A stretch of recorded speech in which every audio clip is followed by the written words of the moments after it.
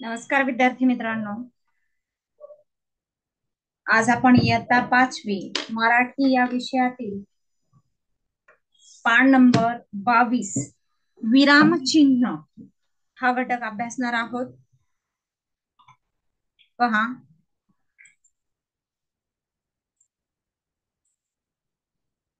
मग विराम चिन्ह म्हणजे काय? मग आता एखादा उतारा वाचताना, एखादा धडा वाचताना किंवा काय होतं, खूप मोठं वाक्य असल्यानंतर तिथे काय असतं, आपल्याला खूप अशा खुणा केलेल्या असतात. त्यांनाच आपण काय म्हणतो, विश्रांती. की म्हणजे आपण वाचताना आपण कुठे विश्रांती घेतली पाहिजे आणि ते विश्रांती घेण्यासाठी ज्या चिन्हांचा वापर केला जातो त्याला म्हटलं जातं विराम चिन्ह.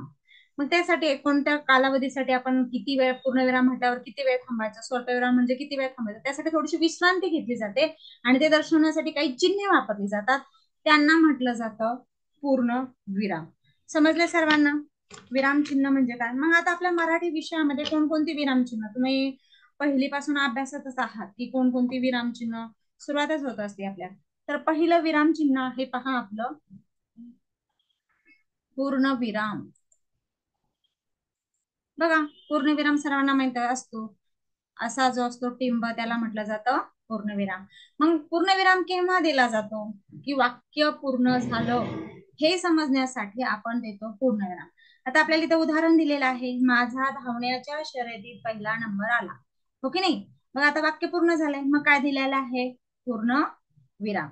समजलंय सर्वांना काय दिलेलं आहे? पूर्ण विराम. नंतर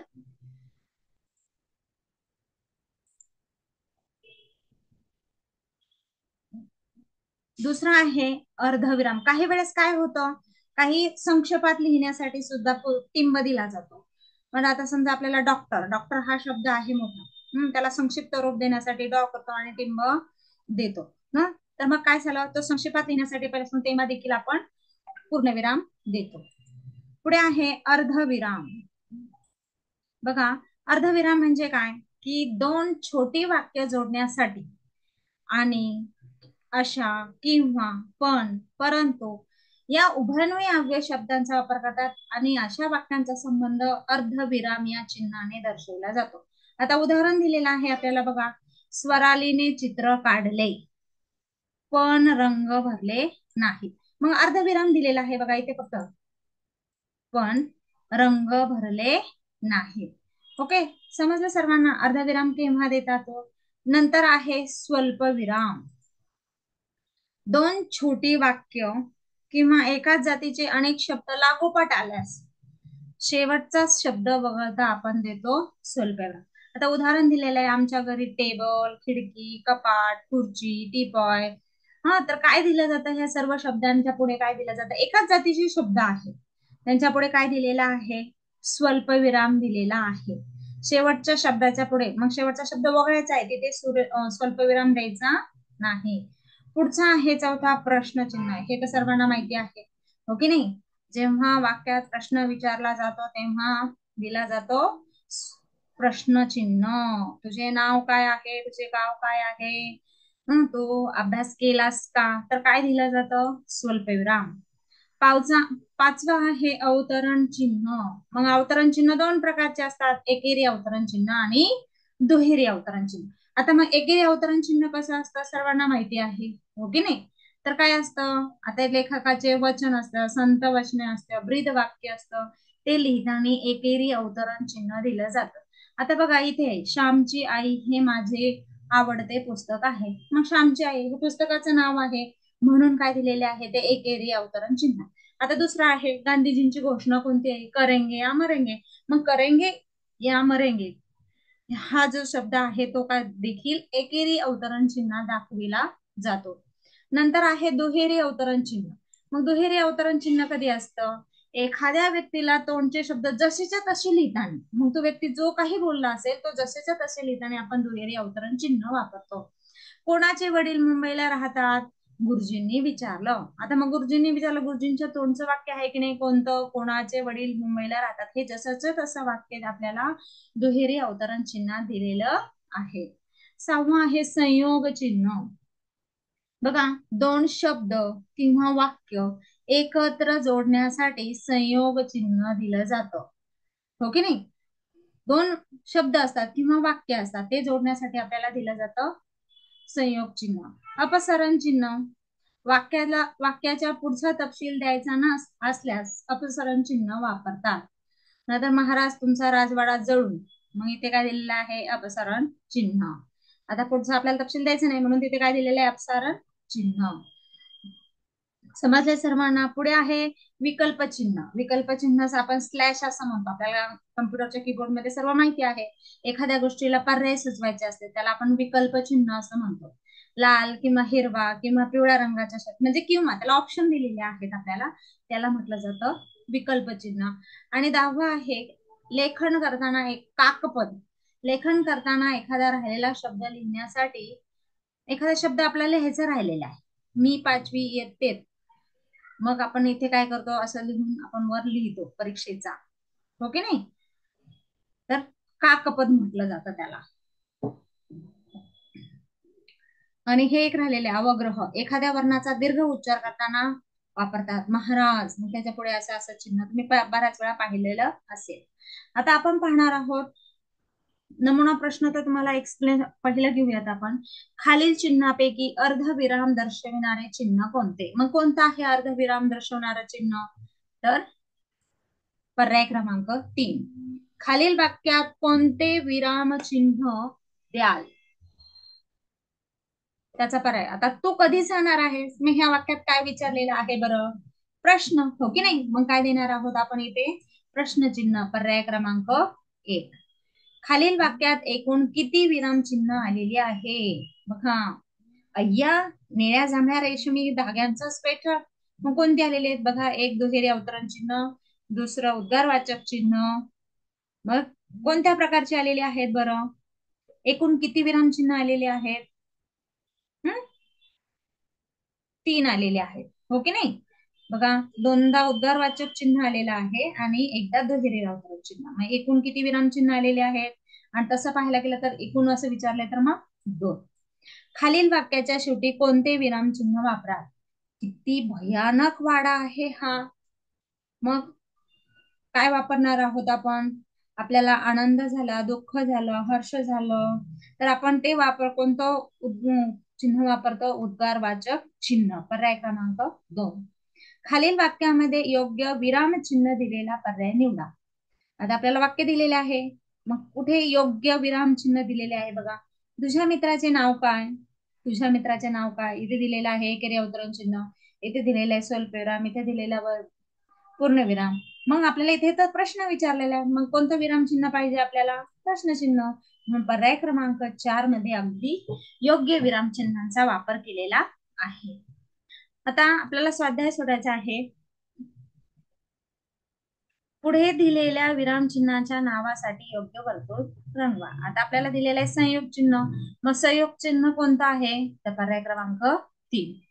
प्रश्न 7वा आहे उद्गार चिन्ह, कोणतं आहे? तुम्हाला सर्व विराम चिन्हे माहिती आहे. पर्याय क्रमांक 4. पूर्णविराम कुठला आहे? पर्याय क्रमांक 4. अवग्रह चिन्ह कोणतं आहे? पर्याय क्रमांक 2. एकेरी अवतरण चिन्ह कोणतं आहे? अगदी बरोबर, पर्याय क्रमांक 3. आता पुढचा प्रश्न 4था आपण पाहूयात. एक मिनिट, 8 9 10 11वा प्रश्न पाहूयात आपण. पुढील प्रत्येक वाक्याच्या शेवटी कोणते विराम चिन्ह द्या, त्याच्यावर पर्याय वर्तवायचे. आता तुझ्या भावाचे नाव काय? मग कोणतं वापरणार आहेत आपण? पूर्णविराम, प्रश्नचिन्ह, उद्गार चिन्ह किंवा पूर्णविराम? कोणतं विराम चिन्ह वापरणार आहोत? तर प्रश्न चिन्ह. प्रश्न विचारलाय की नाही इथे, म्हणून आपण वापरणार आहोत प्रश्न चिन्ह. शाळेत रंगभरण, पणती सजावट, वक्तृत्व, कथाकथन स्पर्धा झाल्या. मग शाळेत, मग आपण इथे काय देणार आहोत? सगळीकडे अगदी बरोबर, हो की नाही? रंगभरण, पणती सजावट, वक्तृत्व, कथाकथन स्पर्धा. मग आपण इथे देणार आहोत पूर्णविराम. स्वल्पविराम ऑलरेडी त्यांनी आपल्याला दिलेला आहे. तर मग आपण देणार आहोत, वाक्य पूर्ण झाल्यावर आपण काय देतो? स्वल्पविराम. प्रवास निसर्गाचा, मुलांना आश्चर्य वाटले, मग कोणतं देणार आहोत? तर उद्गार चिन्ह. आश्चर्य वाटलं, दुःख झालं, आनंद झाला की आपण उद्गार चिन्ह वापरतो. बघा हे घर कसं साजरं वज्र दिसतं आता. तर इथे काय वापरणार आहोत आपण? पूर्ण विराम.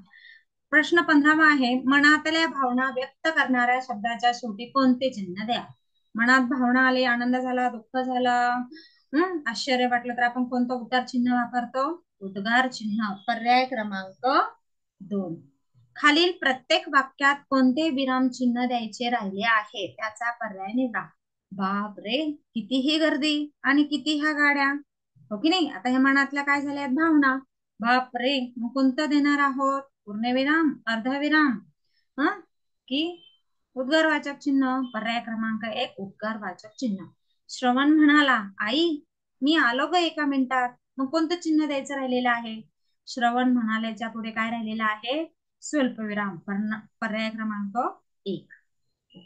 भारतरत्न हा भारताचा सर्वोच्च नागरी सन्मान आहे. मग इथे कोणतं वापरणार आहोत आपण? दुहेरी अवतरण चिन्ह, उद्गारवाचक चिन्ह, अर्धविराम की एकेरी अवतरण चिन्ह? आता बघा पूर्णविराम तर आपल्याला तिथे दिलेला आहे. आता कोणाचं तोंडचं वाक्य आहे का मग आपण दुहेरी अवतरण चिन्ह देणार? आता भारतरत्न नाही ते उद्गार झाला का नाही, तर त्या भारतरत्नाच्या पुढे आपण काय देणार आहोत? अर्धविराम. वाघिणीचे पुढचे पाय चौकोनी असतात परंतु त्यांच्या मागच्या पंजात फरक असतो. तर इथे काय द्यायचं राहिलेलं आहे आपलं? पहा बरं. परंतु इथे उभ्यान्वये आवे आले, मग उभ्यान्वये आवे आल्यावर आपण काय देतो? अर्धविराम देतो की नाही? इंद्रधनुष्याला तांबडा, हिरवा, नारंगी, पिवळा, निळा, बारवा आणि जांभळा रंग देतात. बघा एकाच जातीचे शब्द आलेले, सगळे रंगांची नावे आलेली आहेत एकामागे एक. मग कुठला देणार आहोत आपण विराम चिन्ह? पर्याय क्रमांक 1 स्वल्पविराम. पुढचा बघा आपल्याला भाग आहे, वाक्याचे भाग असतात. वाक्य असतं, कोणतंही वाक्य घ्या.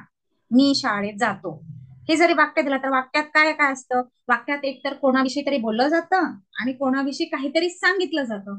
हे असे दोन भाग असतात, हो की नाही? आता मग ते दोन भाग असतात, त्यात एका भागाला म्हटलं जातं उद्देश आणि दुसऱ्या भागाला म्हटलं जातं विधेय. आता बघा उद्देश म्हणजे काय? तर उदाहरण देते. राम शाळेत जातो. बघा राम शाळेत जातो, म्हणा गेला म्हणा, काही म्हणा, वाक्य झालं. आता या वाक्यात ज्याच्याविषयी कोणाविषयी बोलले सांगा बरं? रामाविषयी, हो की नाही? रामाविषयी बोललेलं आहे.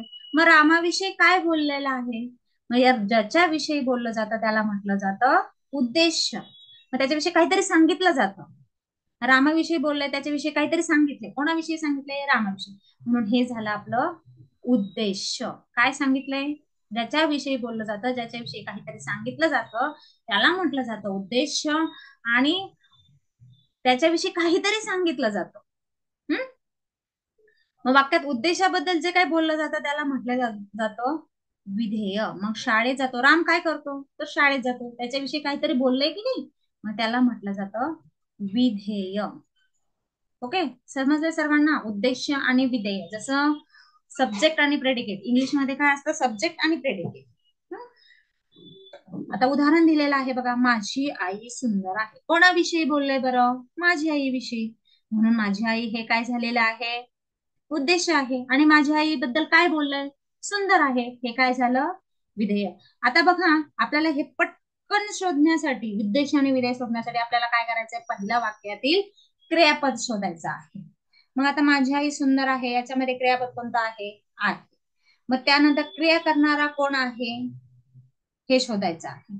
मग माझी आई ही क्रिया करणारा शब्द, आणि क्रिया करणारा भाग उद्देश, मग तो काय करतोय? सुंदर आहे. मग ते वाक्य झालं विधेयाचं भाग. आता बघा प्रश्न आपण सोडूया. नमुना प्रश्न, खालील वाक्यातील उद्देश भाग ओळखा व त्याचा पर्याय निवडा. आता सर्वज्ञा खूप सुंदर चित्र काढते. आता मला सांगा कोणाविषयी बोललं? क्रियापद कोणतं आहे? काढते. हा, मग काढणारा कोण आहे? सर्वज्ञ. कोणाविषयी बोललं इथे वाक्यात? फक्त कोणाविषयी बोललं हेच. मग हे सांगितलं सर्वज्ञ. ही काय झालेली आहे आपलं? सर्वज्ञ. उद्देश. आता आपल्याला इथे प्रश्नामध्ये फक्त उद्देशच ओळखायचं सांगितलेलं आहे. खूप सुंदर चित्र काढते, मग सुंदर चित्र काढते हे काय झालं असतं? विधेय. आणि खालील वाक्यातील विधेय ओळखा. आता विधेय ओळखायचे. आमचा कुत्रा कोली दररोज बागेत खेळतो. आता कोणाविषयी बोललंय? आमचा कुत्रा याच्याविषयी बोलले. आमचा कुत्रा कोली, त्याचं नाव आहे कोली. मग काय करतो तो? दररोज बागेत खेळतो. मग हे काय झालं? विधेय. त्याच्याविषयी काय बोलले? कुत्र्याविषयी. उद्देश व विधेय हे कशाचे भाग असतात? आता मी सांगितले कशाचे भाग असतात? वाक्याचे. वाक्य असतं आणि वाक्यामध्येच एक उद्देश आणि एक विधेय असतं. योग्य उद्देश वापरून वाक्य पूर्ण करा. आता इथे उद्देश वापरायचे आहे. पौर्णिमेला दांडा पूजन झाले. मग कधी? दांडा पौर्णिमेला, पूजन पौर्णिमेला, पौर्णिमेला की होळी पौर्णिमेला? होळी पौर्णिमेला. कोणतं उद्देश आहे इथे? होळी. वाक्यात उद्देशाबद्दल जे बोलले जाते त्यास काय म्हणतात? मग उद्देश काय असतो? कर्ता असतो की नाही? मग त्याच्याबद्दल जे काही बोललं जातं त्याला म्हटलं जातं विधेय.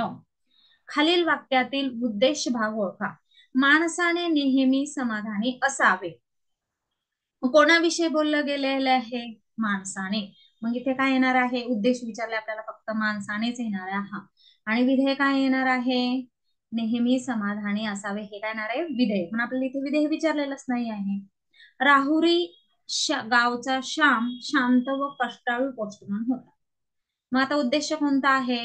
नुसतं श्याम येणार आहे का? कुठला श्याम? तर इथे दिलेला आहे राहुरी गावचा श्याम. श्याम हा काय झालाय आपला पर्याय क्रमांक 1 उद्देश. बघा प्रश्न 8वा आहे. संजू आणि राजू एकाच शाळेत शिकतात. आपल्याला इथे देखील उद्देश शोधायचा आहे. पर्याय बघा, राजू संजू शाळेत शिकतात. राजू, संजू आणि राजू. मग ह्या वाक्यात कोणाविषयी बोललेला आहे? दोन आहे, संजू आणि राजू.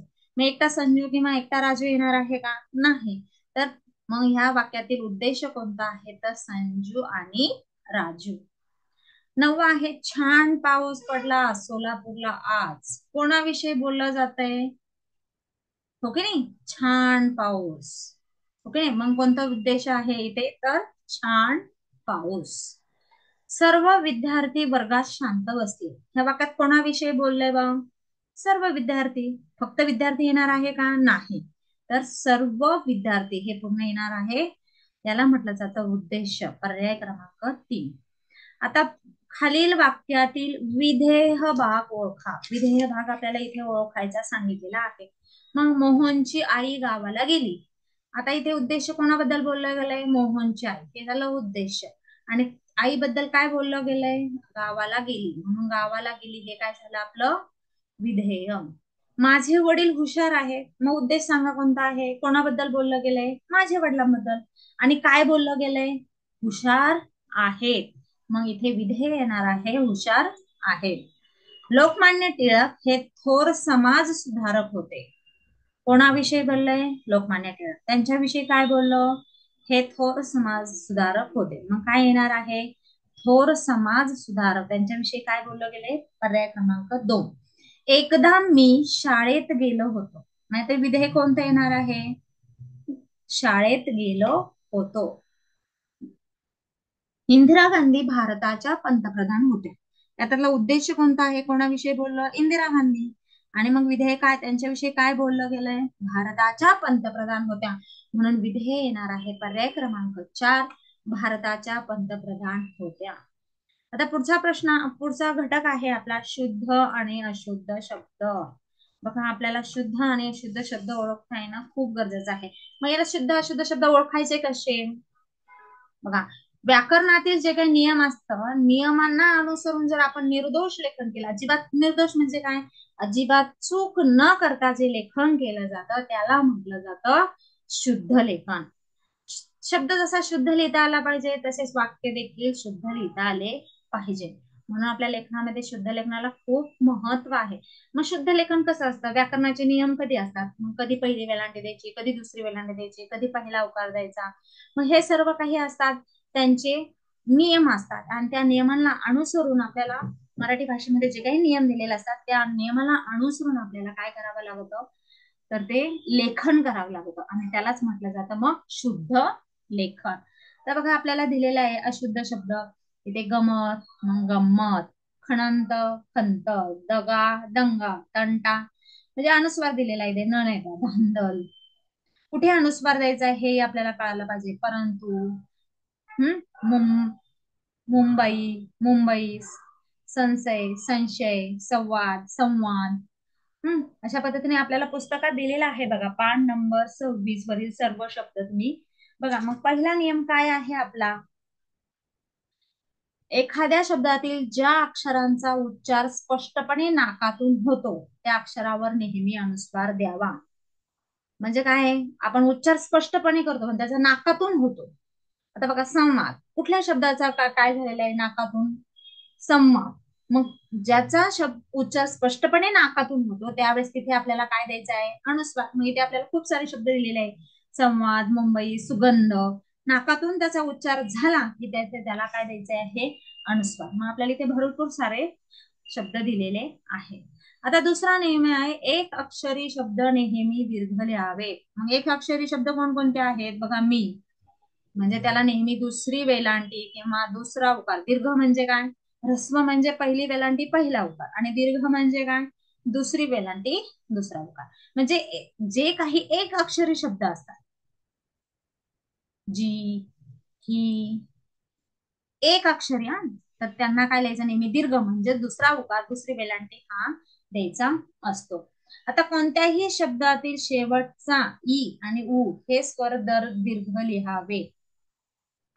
मग कोणताही शब्द असेल, मग त्याच्या शेवटची जर वेलांटी असेल किंवा उकार असेल, आता बघा इथे चेंडू, मग याला कधीही उकार पहिला द्यायचा नाही, चुकीचं आहे हे. तर त्यांना काय द्यायचंय? दुसरा उकार किंवा दुसरी वेलांटी. मग कोणताही शब्द घ्या, 3 अक्षरी घ्या, 4 अक्षरी घ्या, ते नेहमी दुसरी वेलांटी किंवा दुसरा उकारच त्याला द्यायचा आहे. पण ह्या गोष्टीला पण काही गोष्टींना अपवाद आहे बघा. अपवाद कोणाकोणाला आहे? आणि, परंतु, मी, अति, तथापि, इति या शब्दांचे अक्षर शेवटचे अक्षर नेहमी ह्रस्व लिहितात. पण बाकीचे जे काही आपण लिहितो हे अपवाद सोडली, आणि, मी, परंतु, अति, तथापि, इति एवढे सोडले की बाकीचे सगळे जे काही शब्द येतील त्यांच्या शेवटची जर तुम्ही वेलांटी किंवा उकार देत असाल तर तो नेहमी दुसराच द्यायचा, म्हणजे दीर्घच लिहायचा आहे. आता बघा इथे दिलेला आहे आपल्याला अशुद्ध शब्द आणि शुद्ध शब्द. रवी किरण, राणी, बघा दुसरी वेलांटी, विधी निषेध, बाहुली, दुसरी, गती.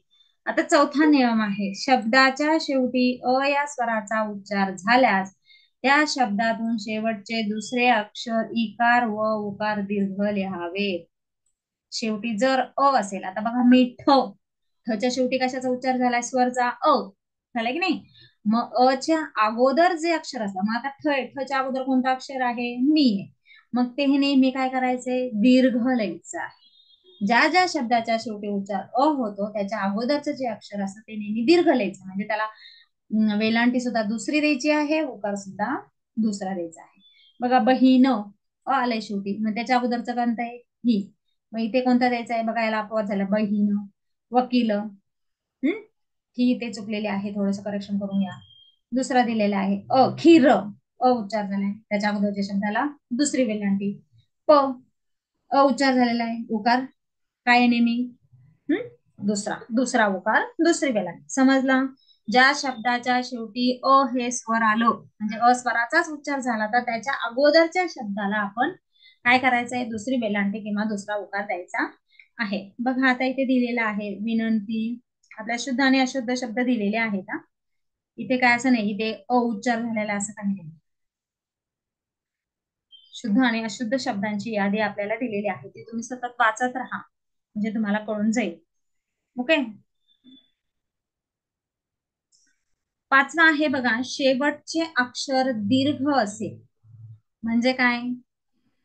बघा, शेवटचं अक्षर इथे गरिबी घेऊया. शेवटचं अक्षर जर दीर्घ असेल तर त्याच्या मागील इकार आणि उकार हा ह्रस्व लिहायचा आहे.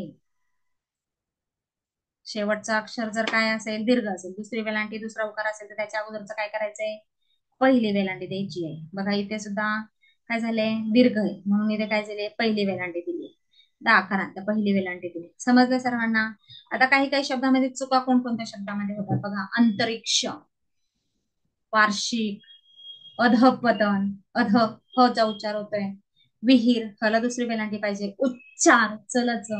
अणुसया, अनसूया, उत्साह, वीर पुरुष, हिरवळ, अत्युच्च, उंबरठा, आग्नेय, उत्सव, शब्दकोश, उत्कृष्ट, शारीरिक, उज्ज्वल. बघा इथे आपल्याला दिलेला आहे. आता आपण नमुना प्रश्न सोडूयात. बघा पहिला प्रश्न आहे, खालीलपैकी शुद्ध शब्दाचा पर्याय क्रमांक निवडा. मग आता आपल्याला इथे दिलेले आहे उत्कृष्ट, उत्कृष्ट, उत्कृष्ट, उकष्ट. मग कोणता शब्द बरोबर आहे सांगा बरं. तर शब्द आपला बरोबर आहे पहिला, उत्कृष्ट. खालीलपैकी अशुद्ध शब्दाचा पर्याय क्रमांक निवडा. मग कोणता आहे बघा बरं. अशुद्ध पर्याय कोणता आहे. गतिरोधक, पाकळी, तंटा, संरक्षण. हो की नाही.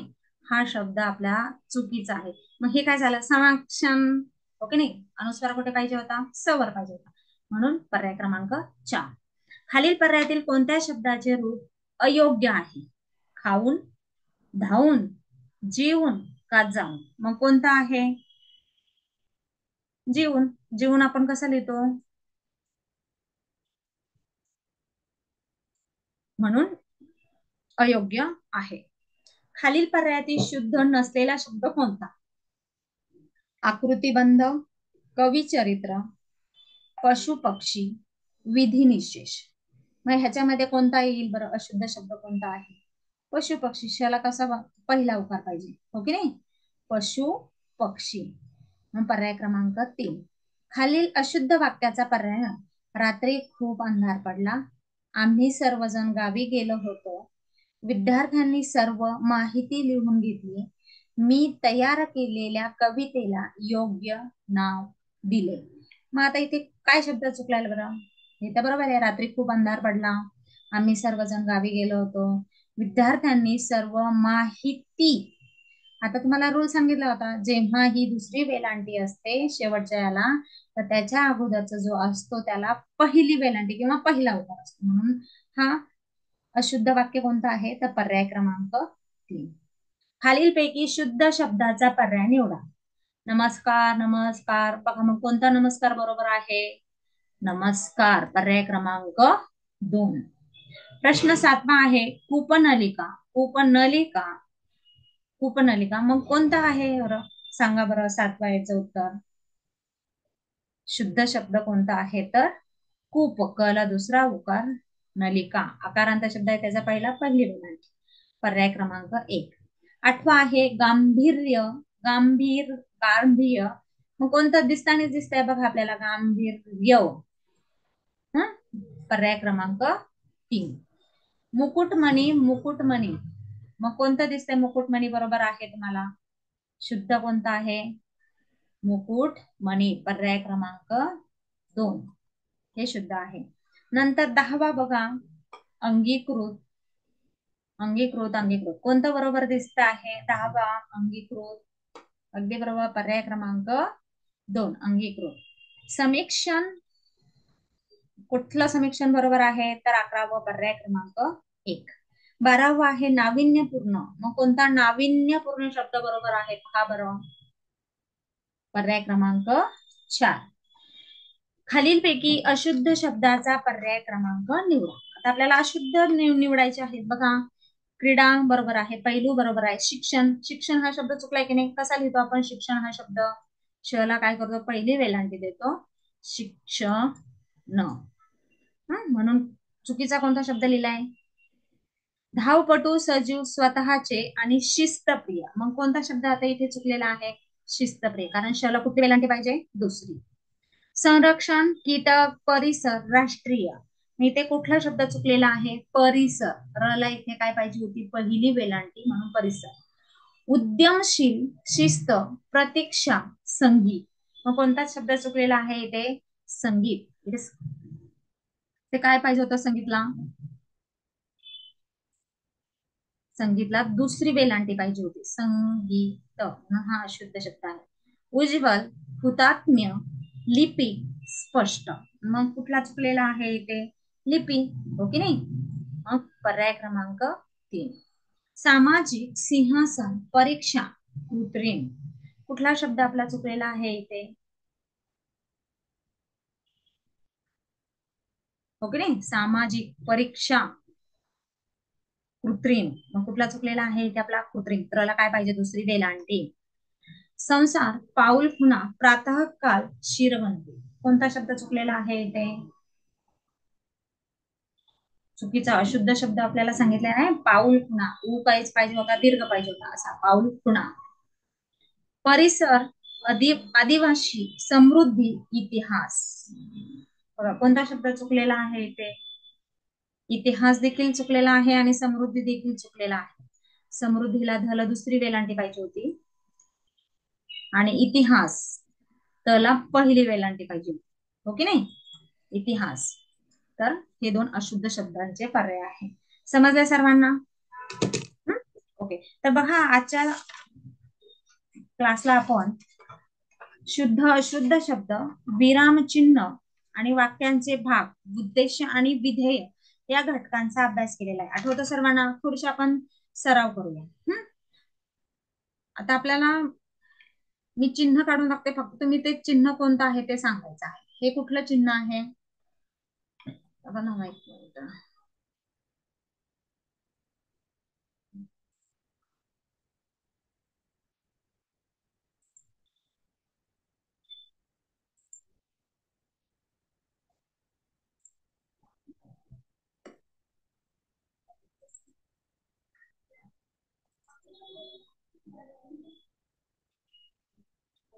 आता मी तुम्हाला काही शब्द लिहून दाखवते, तुम्ही मला सांगायचं, चिन्ह दाखवते, तुम्ही ओळखायचं आहे की आपण कुठलं चिन्ह अभ्यासात आहोत.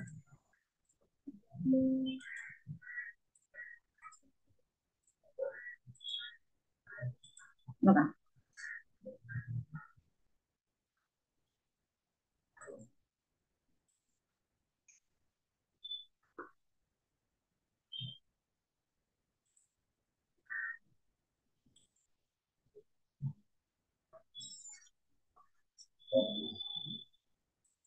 बघा दिसत नाही, एक मिनिट थांबा.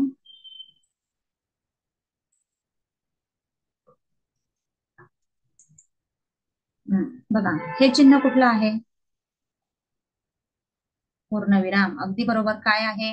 पूर्णविराम. मग पूर्णविराम आपण केव्हा देतो? जेव्हा वाक्याचा शेवटचं वाक्य पूर्ण होतं तेव्हा आपण काय देतो? पूर्णविराम. हे काय आहे? प्रश्नचिन्ह. जेव्हा वाक्यात प्रश्न विचारला जातो तेव्हा आपण काय देतो? प्रश्नचिन्ह. हो की नाही. आता हा आपण स्वल्पविराम. स्वल्पविराम केव्हा देतो? एकाच जातीचे अनेक शब्द आल्यानंतर त्यांच्या पुढे आपण स्वल्पविराम देतो. तर हे आहे उद्गारवाचक चिन्ह. ते कधी देतो आपण? मनातल्या भावना, हर्ष, आनंद, खेद, दुःख झालं असेल तर आपण मनातल्या भावना व्यक्त करण्यासाठी विराम चिन्हांचा, उद्गारवाचक चिन्हांचा वापर करतो. पुढे आहे एकेरी अवतरण चिन्ह. एखाद्या प्रसिद्ध लेखकाने पुस्तकं लिहिलेले असेल किंवा एखाद्याचे महत्वाचं हे असेल तर आपण त्यांना काय देतो? एकेरी अवतरण चिन्ह. पुस्तकाचं नाव वगैरे असेल तर आपण काय देतो त्यावेळेस? एकेरी अवतरण चिन्ह देतो. आता पुढे आहे बघा, हा काय आहे? अर्धविराम. मग दोन छोटी वाक्य जोडण्यासाठी आपण अर्धविरामचा वापर करतो. मग त्यामध्ये कोणकोणते? पण, परंतु, शिवाय ह्यासारखे जेव्हा उभयान्वयी अव्ययाचा वापर केला जातो तेव्हा आपण अर्धविरामचा वापर करतो. आता एकेरी अवतरण चिन्ह सांगितलं, लेखकांचे वचन असेल, सद्वाच असते, ब्रीद वाक्य असतील तर आपण एकेरी अवतरण चिन्ह देतो. नंतर आहे दुहेरी अवतरण चिन्ह. बघा दुहेरी अवतरण चिन्ह केव्हा आपण देतो? एखाद्या व्यक्तीचे तोंडचे वाक्य, शब्द असतील, वाक्य असेल ते जसेच तसं दाखवण्यासाठी आपण दुहेरी अवतरण चिन्ह देतो. संयोग चिन्ह कधी देतो? दोन शब्द किंवा वाक्य जोडण्यासाठी आपण संयोग चिन्ह वापरतो. आणि वाक्याचा पुढील तपशिली द्यायचा नसल्यास आपण अपसारण चिन्ह देतो. थोडक्यात हे छोटं असतं अपसारण चिन्ह. अवग्रह असतं, एखाद्या वर्णाचा दीर्घ उच्चार करताना वापरतात. आणि विकल्प चिन्ह म्हणजे स्लॅश. मोबाईल मध्ये तुम्ही बऱ्याच वेळा पाहिला असेल, किंवा म्हणतात त्याला. काकपद म्हणजे आपल्याला लिहायचं काही राहिले असेल तर आपण असं चिन्हांचा वापर करतो. समजले सर्वांना? हे झाले आपले विराम चिन्ह. नंतर आपण कशाचा अभ्यास केलाय? उद्देश आणि विधेय. मग ते केव्हा? एक वाक्य असतं, वाक्यामध्ये सर्वांना माहिती आपल्याला काय असतं? नाम असतं, क्रियापद असतं, हो की नाही. मग वाक्यामध्ये ज्याच्याविषयी बोललं जातं त्याला म्हटलं जातं त्या वाक्याचा उद्देश, आणि त्याच्याविषयी काहीतरी बोललं जातं त्याला म्हटलं जातं विधेय. हो की नाही. उद्देश आणि विधेय देखील आपण समजला. शुद्ध आणि अशुद्ध शब्द त्याचे काही महत्वाचे नियम देखील मी तुम्हाला सांगितले. ओके, समजले सर्वांना? ओके, धन्यवाद.